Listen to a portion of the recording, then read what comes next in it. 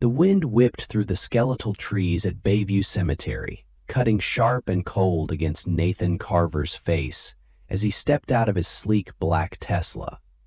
It was late afternoon in San Francisco, the sky a dull gray that seemed to leach the color from everything. At 38, Nathan was the kind of guy who didn't just walk into a room, he owned it. Dark hair that always looked a little messy, sharp hazel eyes that missed nothing, and a lean frame wrapped in a custom jacket that whispered money. He'd built a tech empire from scratch, a name that echoed through Silicon Valley like a thunderclap. But today, none of that mattered. Today was about Lily. He clutched a bouquet of red roses in his gloved hand, her favorite, the thorns pricking even through the leather. 4 years ago, she'd been ripped away from him. A small plane crash, a freak accident that left him hollowed out. He could still hear her laugh, bright and warm, cutting through the chaos of his life. She'd been his anchor, the one who made his sterile penthouse feel like something more than just a showcase of success. Every year on this day, he came here, stood by her grave, and let the silence swallow him whole. The gravel crunched under his boots as he wove through the rows of headstones, the distant hum of the city fading into nothing. His breath fogged in the chilly air, and his mind drifted. Lily's quick wit, the way she'd tease him about working too late, how she'd curl up next to him on those rare, quiet nights. He'd loved her more than he'd ever said out loud. And then she was gone just like that. He turned the corner, her headstone coming into view, a simple slab of white marble etched with her name, Lily Carver. But he stopped cold. There was someone there. A kid, maybe 12 years old, sitting hunched on the frosty ground right beside her grave. He was scrawny, drowning in a thin gray jacket that hung off his shoulders like it belonged to someone else. Dark blonde hair poked out from under a worn beanie, and his hands were shoved deep in his pockets, probably trying to keep warm. Nathan frowned. Kids didn't belong in places like this, not alone, not in this cold. "Hey," he called, his voice rougher than he meant it to be. "You lost, kid?"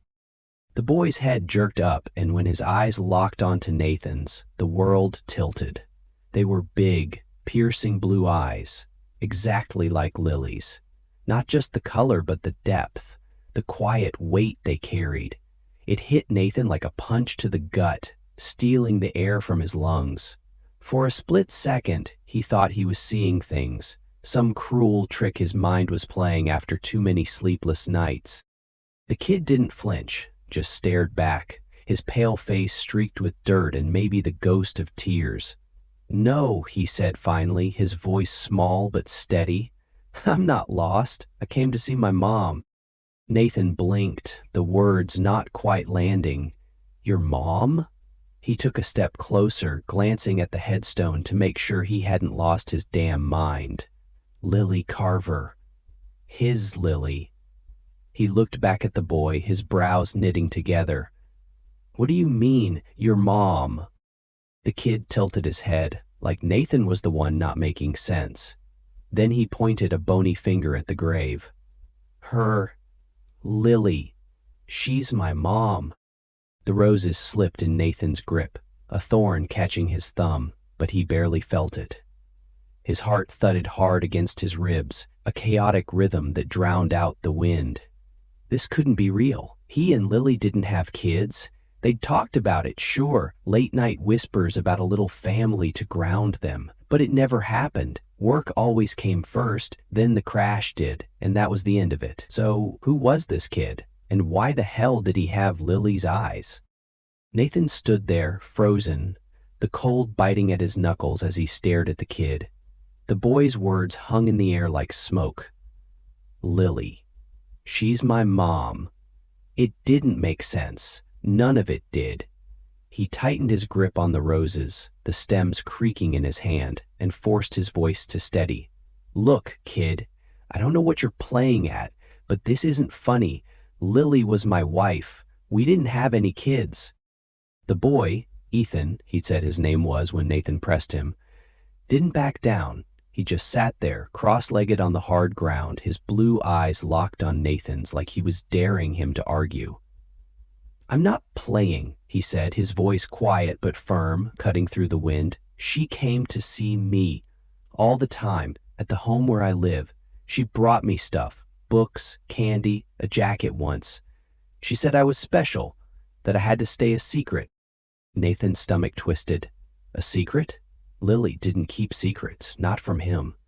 They'd been a team, late nights coding in his startup days, her bringing him coffee and calling him out when he pushed too hard. She was the one person he'd let in, the one who saw through the tech mogul bullshit to the guy underneath. But this kid's eyes, those damn eyes, wouldn't let him brush it off. They were hers, no question, and it was screwing with his head. He crouched down, bringing himself to Ethan's level, the damp chill seeping through his jeans. "Okay, let's say I buy this for a second. Where's this home?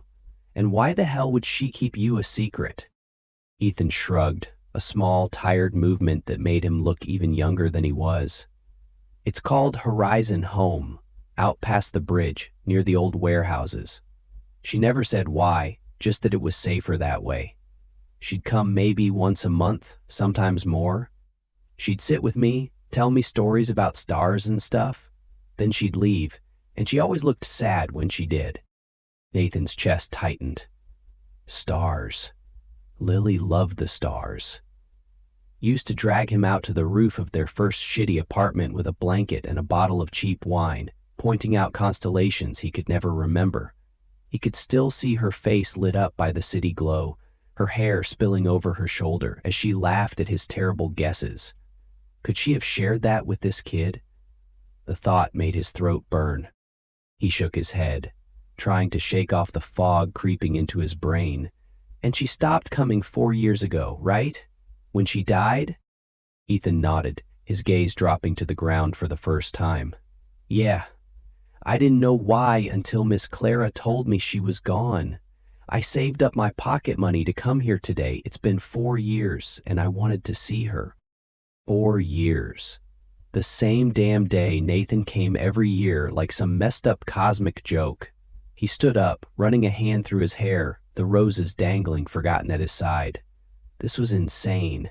Maybe the kid was confused, latching onto a memory of someone else. But those eyes, that quiet certainty in his voice, it was gnawing at him, cracking open something he'd kept locked tight since Lily's plane went down. "Look," Nathan said, his tone softer now, though it still had an edge. "It's freezing out here, and you shouldn't be wandering around alone. I'll take you back to this Horizon place. We'll figure out what's going on." Ethan hesitated, his fingers fidgeting with the hem of his jacket. He looked up at Nathan, searching his face like he was weighing whether to trust him. After a beat, he nodded. "Okay." Nathan turned toward the Tesla, parked a few rows away, and motioned for Ethan to follow. The kid scrambled up, brushing dirt off his knees, and trailed behind, his sneakers scuffing the gravel. Nathan opened the passenger door, watching as Ethan climbed in and buckled up with a practiced ease that didn't match the rest of him. He slid into the driver's seat, the engine humming to life, warm air blasting through the vents. As they pulled out of the cemetery, the headstones blurring past the window, Nathan stole a glance at Ethan. The kid was staring out at the gray world slipping by, his hands folded tight in his lap. He looked small, fragile, but there was something stubborn in the set of his jaw, something that reminded Nathan of Lily when she'd made up her mind about something. He gripped the steering wheel harder, the leather creaking under his palms. "So, what'd she tell you about me?" he asked, keeping his eyes on the road. Ethan turned his head, those blue eyes catching the dim light. "She said you were smart, that you built things people needed, and that you'd get it someday, even if it took a while." "Get what?" Nathan's voice came out sharper than he meant, but Ethan didn't flinch. "I don't know," he said simply. "She just said you would." The words hit Nathan like a brick. He didn't respond, just kept driving, the hum of the engine filling the silence. His mind was racing, questions piling up faster than he could sort them. Lily had a secret. Maybe a kid, maybe something else. But whatever it was sitting right next to him now, staring out the window like it was no big deal. And Nathan couldn't shake the feeling that whatever Ethan had just dropped into his lap, it was about to turn his whole damn world upside down. The drive to Horizon home felt longer than it should have, the city giving way to sagging warehouses and cracked streets on the outskirts of San Francisco. Nathan kept his hands tight on the wheel, the Tesla's hum a steady drone beneath the chaos in his head. Ethan sat quietly beside him, staring out at the blur of faded signs and rusted fences, his face unreadable. Those words, "She said you'd get it someday," kept looping in Nathan's mind, sharp and heavy, like a puzzle piece he couldn't fit anywhere. They pulled up to a weathered two-story house tucked between a pawn shop and an empty lot. The paint was peeling, the sign out front, Horizon Home, crooked and faded. It didn't look like much, but Ethan unbuckled his seatbelt the second the car stopped, like he'd done this 100 times. Nathan followed him out, the air thick with the smell of damp asphalt and salt from the bay nearby. His boots crunched on the gravel path as they headed up the chipped steps. Before Nathan could knock, the door creaked open and a woman stood there. Older, maybe in her late 50s, with gray hair pulled back tight and a face carved with lines that spoke of too many hard years. She wore a faded sweater and a frown that deepened when she saw Ethan. "Ethan," she said, her voice warm but edged with worry. "Where have you been? I told you not to go off like—" She stopped, her eyes flicking to Nathan, taking in his jacket, his stance, the way he loomed in her doorway like he didn't fit. "And who's this?" "This is Nathan," Ethan said, matter of fact, shrugging off his jacket and hanging it on a hook inside. "He was at Mom's grave, too?" The woman, Clara, Nathan assumed froze, her hand still on the doorknob. Her gaze darted between Ethan and Nathan, like she was piecing something together. After a beat, she stepped aside. "Come in," she said, quieter now. "Both of you." Inside, the place smelled like old wood and something sweet. Cinnamon, maybe. The living room was a mess of mismatched furniture, a threadbare rug and a few drawings taped to the walls, probably from the kids who lived here. Ethan flopped onto a sagging couch, pulling his knees up like it was second nature. Nathan stayed standing, hands shoved in his pockets, feeling too big for the cramped space. "You Nathan Carver?" Clara said, closing the door with a soft thud. It wasn't a question. "Lily's husband." He nodded, his jaw tight. "Yeah, and I'm guessing you know more about my wife than I do right now." Clara sighed, a heavy sound that carried years behind it. She gestured to a chair, but he didn't move. "Ethan," she said, her tone gentle but firm, "why don't you head upstairs for a bit? I need to talk to Nathan alone." Ethan hesitated, his blue eyes flicking to Nathan like he wasn't sure about leaving him here. But he nodded, grabbed a tattered book from the couch, and shuffled up the stairs, his footsteps creaking on the worn wood. When he was gone, Clara turned back to Nathan, folding her arms across her chest.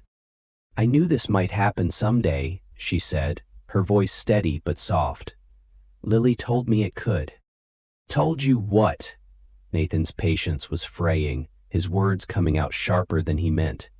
"That some kid would show up at her grave calling her mom?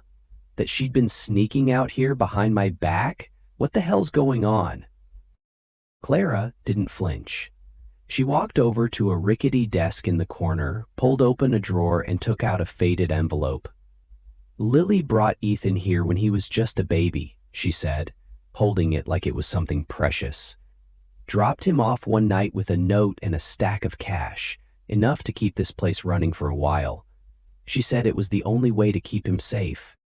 "Safe from what?" Nathan snapped, stepping closer. "We were married for 8 years. She didn't have a kid. We didn't have a kid." Clara's eyes softened, but there was steel in them too. "It wasn't that simple, Nathan. She came every month or so, sometimes more, sometimes less. She'd bring him clothes, toys, whatever he needed.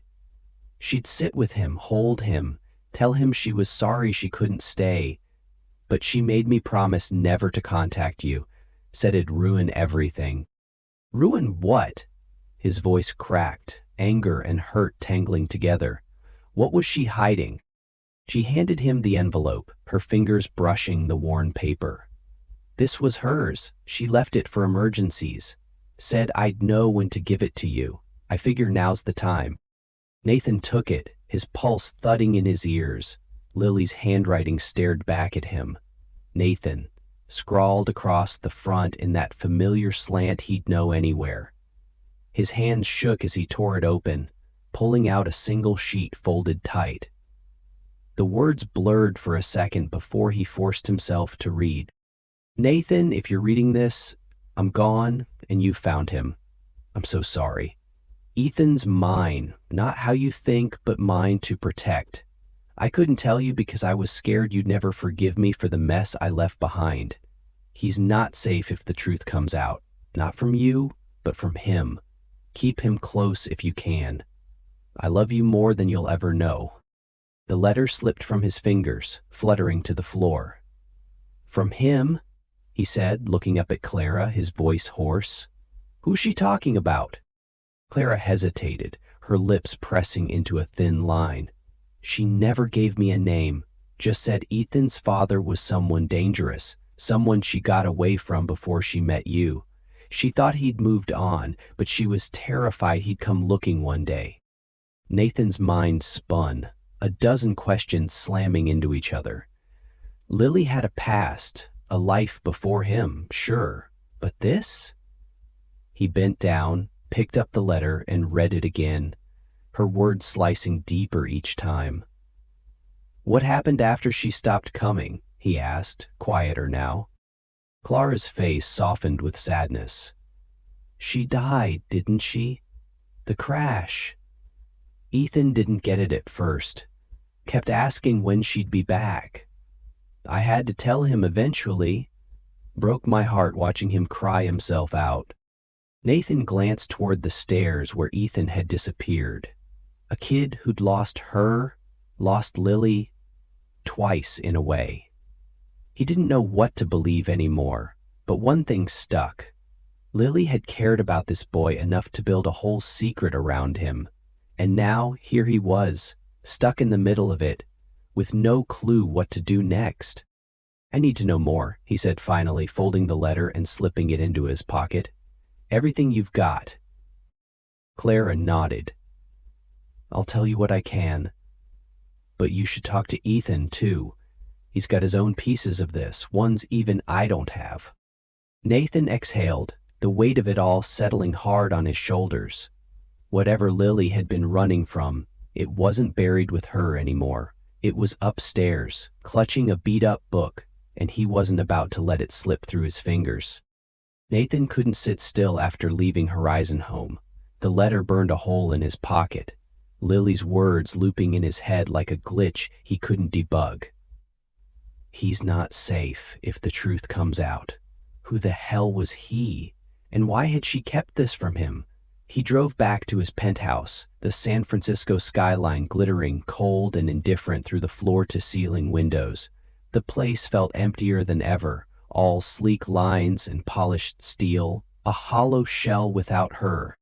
He pulled out his phone and dialed a number he hadn't used in years. Alex Reed, a private investigator he'd hired back when a competitor tried to sabotage his company. Alex was a bulldog, sharp, discreet, and didn't waste time with small talk. The line clicked after 2 rings. Nathan?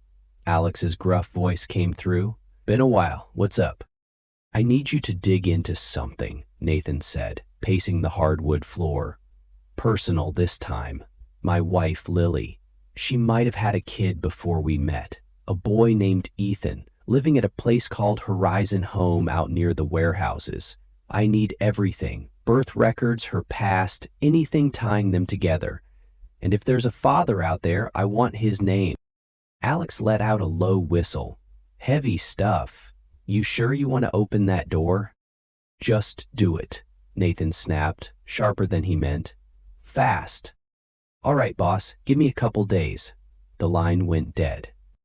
Nathan tossed the phone onto the couch and ran a hand through his hair, trying to piece it together.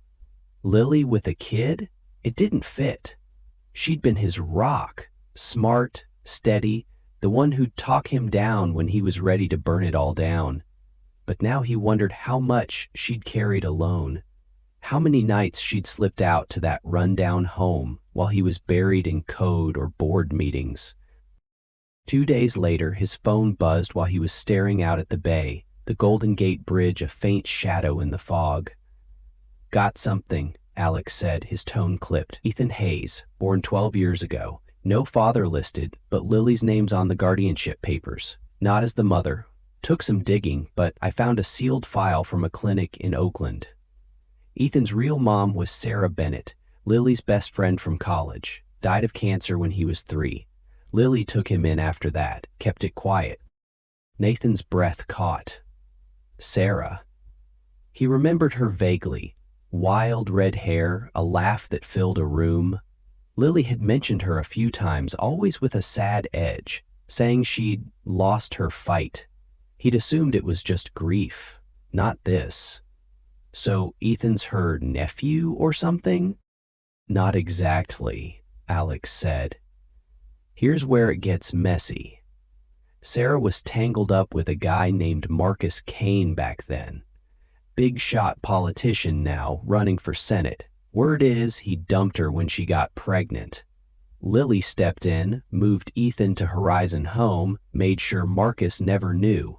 Looks like she was scared he'd come sniffing around eventually. Marcus Kane. The name hit Nathan like a freight train. He knew the guy. Slick, ruthless, all charm and sharp edges. They'd crossed paths years ago at a tech conference when Marcus was still a city council hotshot. He'd tried to strong-arm Nathan into backing some shady development deal. Nathan told him to shove it, and Marcus walked away with a smirk that promised trouble. Now he was climbing the political ladder, all polished suits and fake smiles on TV. "You're sure?" Nathan asked, his voice tight. 80%, Alex said. No DNA proof, but the timeline fits. Sarah and Marcus were together, then she's alone with a kid, and Lily's covering tracks like a pro. Marcus doesn't know about Ethan yet. Nathan sank into a chair, the pieces clicking into place with a sickening snap. Lily hadn't just hidden a kid, she'd hidden a war. Keep digging, he told Alex. Where Marcus is now, what he's up to. Don't let him catch wind of this. On it. The call ended. Nathan stared at the phone, his mind racing. If Marcus found out, he'd come for Ethan. Not out of love, but control. A kid could be leverage, a prop for his perfect family, campaign bullshit. Nathan wasn't about to let that happen. That afternoon, he was in his office, a glass-walled corner of his company's headquarters, when his assistant's voice crackled through the intercom. "Mr. Carver, someone's here to see you. Says it's urgent." "Who?" Nathan snapped, already dreading it. "Marcus Kane." His blood ran cold. He stood, smoothing his jacket, forcing his face into the calm mask he wore for every high-stakes deal. "Send him in." The door swung open, and there he was. Marcus Kane, all sharp cheekbones and calculated swagger. Mid-40s, hair slicked back, suit probably worth more than most people's cars. He strode in like he owned the place, gray eyes locking onto Nathan's with a cold glint. "Nathan," he said, his voice smooth as oil. "Been a while." "Not long enough," Nathan shot back, staying behind his desk. "What do you want?" Marcus smirked, settling into a chair without asking. "I'll keep it short. I know about the boy, Ethan Hayes, my son. I want him." Nathan's hands clenched under the desk, nails digging into his palms. "You're jumping the gun. No father on record. You've got no claim." "Don't play dumb," Marcus said, leaning forward, his smirk fading.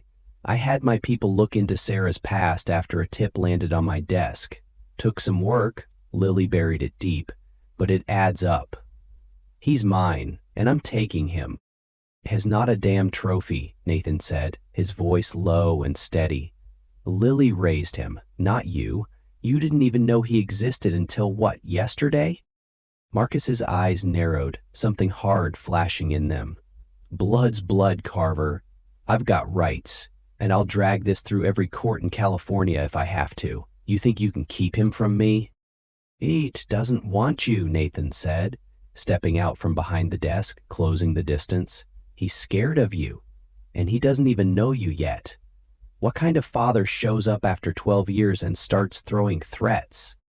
Marcus stood, towering over the desk, his voice dropping to a hiss.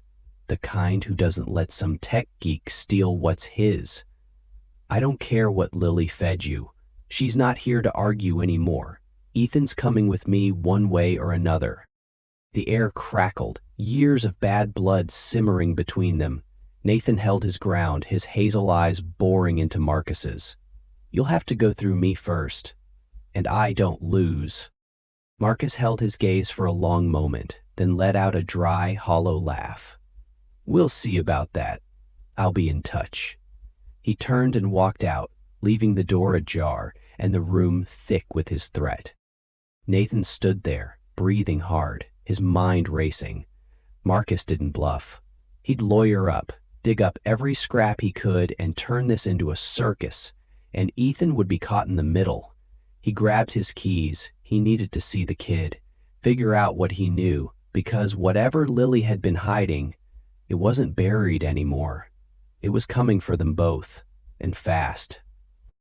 Nathan didn't waste time. That evening he drove back to Horizon Home, the city light streaking past like a bad dream. Marcus's threat echoed in his head. "Ethan's coming with me one way or another." He wasn't about to let that bastard anywhere near the kid. When he pulled up to the weathered house, Clara was in the kitchen, stirring a pot of something that smelled like stew. Ethan sat at the table peeling carrots with a dull knife, his blue eyes flicking up as Nathan walked in. "Hey," Nathan said, softening his tone, "we need to talk." Ethan's hands stilled, the carrot dropping onto the table. He didn't say anything, just watched Nathan with that quiet intensity that reminded him too much of Lily. Clara glanced over, her face tightening, but she kept stirring, letting them have the moment. Nathan crouched down beside him, keeping his voice low. "Someone showed up today. Marcus Kane. He says he's your dad, biologically at least. He wants to take you away." Ethan's face went pale, his fingers curling into fists. "I don't want to go with him," he said, his voice trembling just a little. "He wasn't there, not like Mom was, not like you are." The words hit Nathan hard, cracking something open inside him. He put a hand on Ethan's shoulder, steady and firm. "You're not going anywhere you don't want to. I promised Lily I'd keep you safe, and I'm not breaking that." Ethan threw his arms around him, burying his face in Nathan's chest. For a second, Nathan froze. Hugs weren't his thing, never had been, but then he hugged him back, feeling the kid's small frame shake. Clara watched from the counter, her eyes glistening, but she didn't say a word. The next morning, Nathan moved Ethan into his penthouse. He turned a spare office into a bedroom, nothing fancy, just a bed, a desk, and a stack of books Ethan picked out from a bookstore on the way. The kid didn't say much about it, just nodded when Nathan asked if he liked it. But later, Nathan caught him running his fingers along the shelves like he couldn't believe they were his. The place didn't feel so hollow anymore with him there.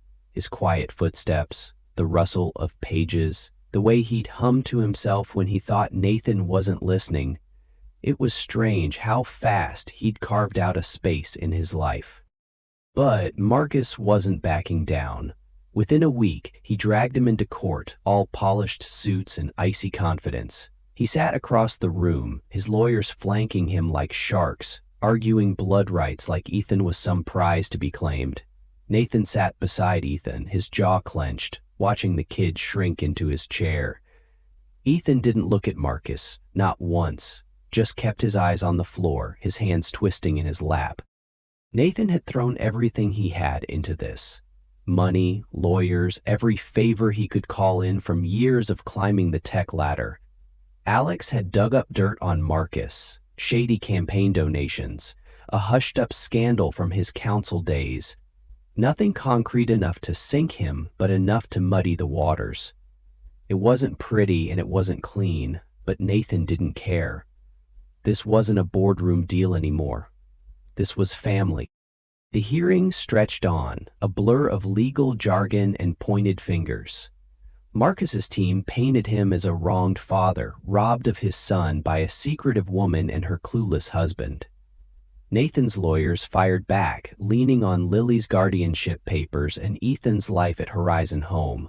But it was all noise until the judge, a stern woman with gray hair and sharper eyes, leaned forward and cut through it. "Ethan," she said, her voice calm but firm, "I'd like to hear from you. Do you want to say anything?" The room went still. Ethan lifted his head, his blue eyes wide, like he hadn't expected this. Nathan gave him a small nod, a silent, "You've got this." Ethan stood, small but steady, his hands clenched at his sides. He took a breath, then spoke, his voice cutting through the silence like a blade. "I don't know him," he said, nodding toward Marcus.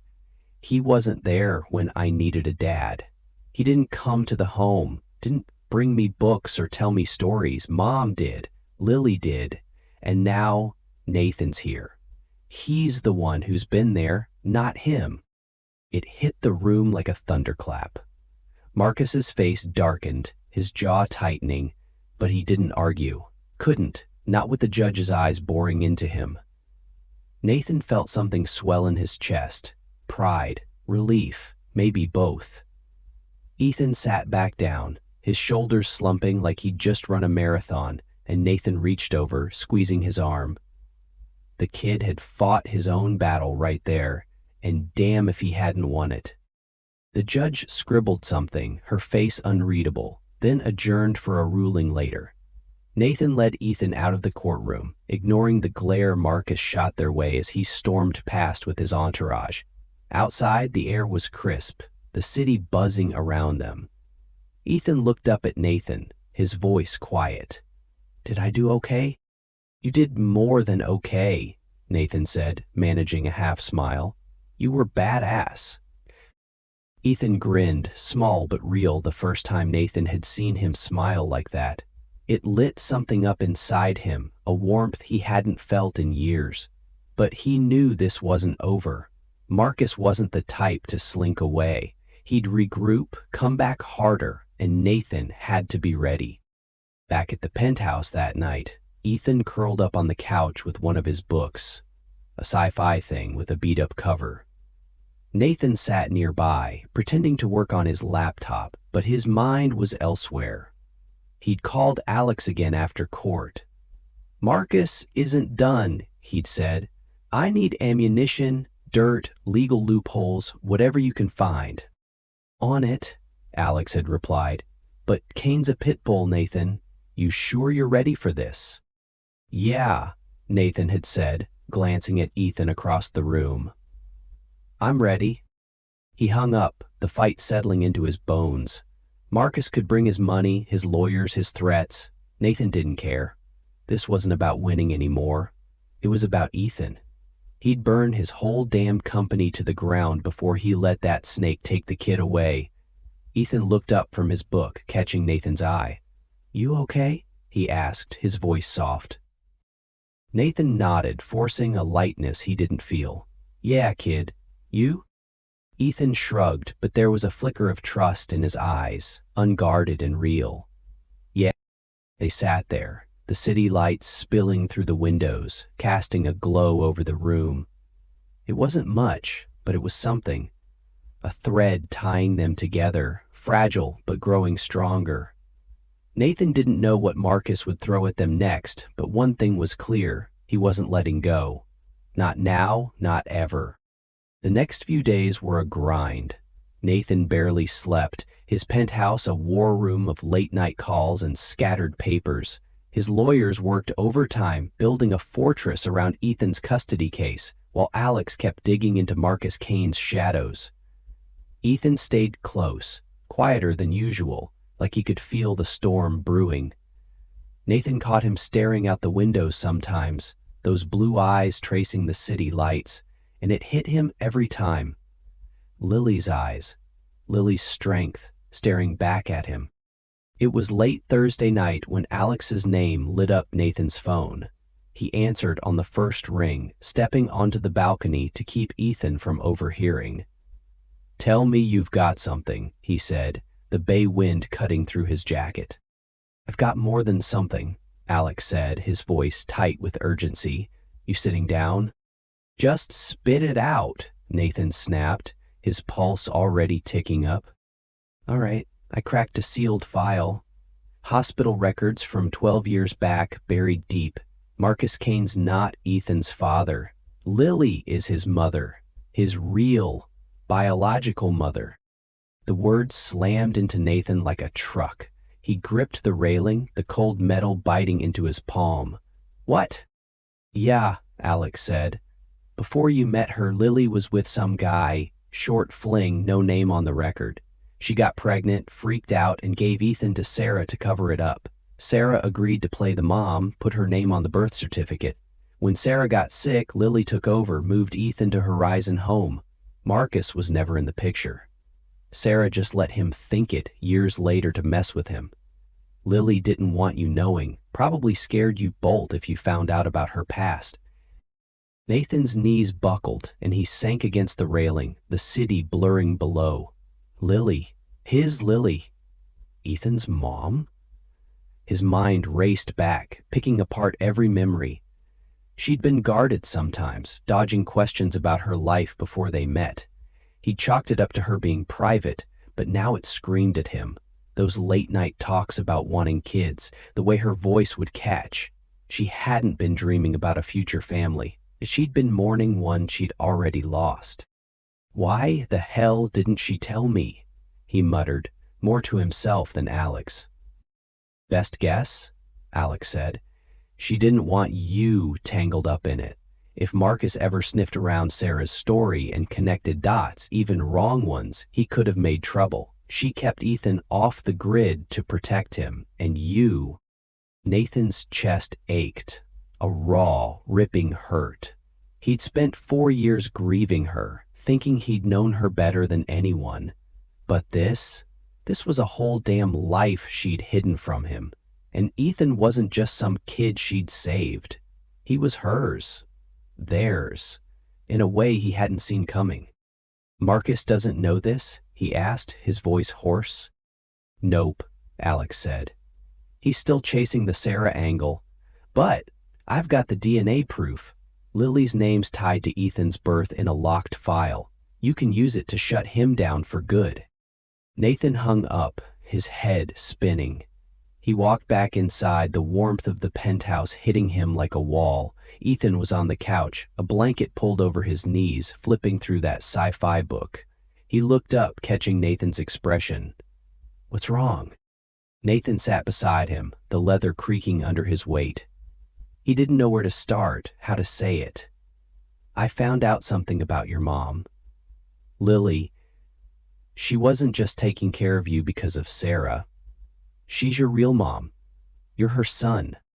Ethan's eyes widened, the book slipping from his hands. "What do you mean? Miss Clara said Sarah." "Sarah covered for her," Nathan cut in, gentle but firm. "Lily had you before we met. She gave you to Sarah to keep you safe, then took you back when Sarah couldn't anymore. She didn't tell me because she thought I'd walk away." Ethan stared at him, his small face crumpling like he was trying to hold it together. "So she's really my mom, not just pretending?" "Yeah," Nathan said, his throat tight. "She's really your mom." Ethan's lip trembled and he lunged forward, wrapping his arms around Nathan's neck. Nathan hugged him back, harder this time, feeling the kid's tears soak into his shirt. "She didn't want me to know either," Ethan mumbled against his shoulder. She wanted you safe, Nathan said, pulling back to meet his eyes. More than anything. And I'm guessing she didn't know how to tell me without breaking everything she thought we had. Ethan nodded, wiping his nose with his sleeve. Those blue eyes, Lily's eyes, shining with something new. Nathan felt it too, a shift, a tether snapping into place. This wasn't just about protecting some kid anymore. This was his son, in every way that mattered. The next day, Nathan's lawyers took the DNA evidence to court. Marcus didn't see it coming. His team scrambled, but the judge shut it down fast. With Lily as Ethan's biological mother and Nathan as her husband, Marcus had no claim, no leverage. The ruling came swift, custody to Nathan, guardianship sealed tight. Marcus stormed out, his face a mask of fury, but Nathan didn't flinch. He'd faced worse and walked away. This time, he had everything to fight for. Back at the penthouse, Ethan sat clutching a photo of Lily. One Nathan had kept in a drawer, her smile soft and bright. "She'd be happy, right?" Ethan asked, his voice cutting through the quiet. "That we're together?" Nathan sat beside him, his chest aching but lighter somehow. "Yeah, kid, I think she would." Ethan leaned against him, small and solid, and Nathan rested a hand on his shoulder. The truth had torn him open, but it'd stitched something back together, too. Whatever came next, they'd face it. Together. The penthouse was quiet that night, the kind of quiet that didn't feel heavy anymore. City lights sparkled through the windows, casting a soft glow over the living room. Ethan sat on the couch, legs tucked under him, holding that photo of Lily, the one Nathan had dug out of a drawer and handed over without a word. Her smile stared back, bright and warm, like she was still here somehow. Ethan traced the edge of the frame with his finger, his brow furrowing like he was working up to something. "Do you hate her?" he asked, his voice small but steady. "For not telling you about me?" Nathan leaned back beside him, the leather creaking under his weight. He'd asked himself that 100 times since the cemetery. Anger had burned hot at first, a sharp sting of betrayal cutting deep. But now, looking at Ethan, at the life Lily had fought to protect, it didn't feel so simple. "No," he said finally, his throat tight. "I don't hate her. She did what she thought was right. I just wish she'd trusted me with it." Ethan nodded, like that made sense to him, and rested his head against Nathan's arm. It was a small move, barely anything, but it knocked the wind out of Nathan, trust, unguarded and real, settling between them like a lifeline. The phone buzzed on the coffee table, shattering the moment. Nathan grabbed it, his gut twisting when he saw the unknown number. He answered, keeping his voice low. "Who's this?" A pause, then a voice. Cold, familiar, dripping with venom. "Enjoy your little win, Carver. It won't last." "Marcus." Nathan's grip tightened on the phone, but he kept his tone even. "Stay away from him. You lost." The line went dead. He set the phone down, his pulse thumping, but when he glanced at Ethan, the kid was still focused on Lily's photo, like he hadn't heard, or didn't care. Nathan decided then he'd keep Ethan safe, no matter what Marcus threw next. "Ready for bed?" he asked, forcing a lightness into his voice. Ethan nodded, setting the photo on the table, and stood. "Good night, Nathan." "Good night, kid," he said, watching him head down the hall. The penthouse settled into silence again, but it wasn't empty anymore. For the first time in 4 years, it felt like home.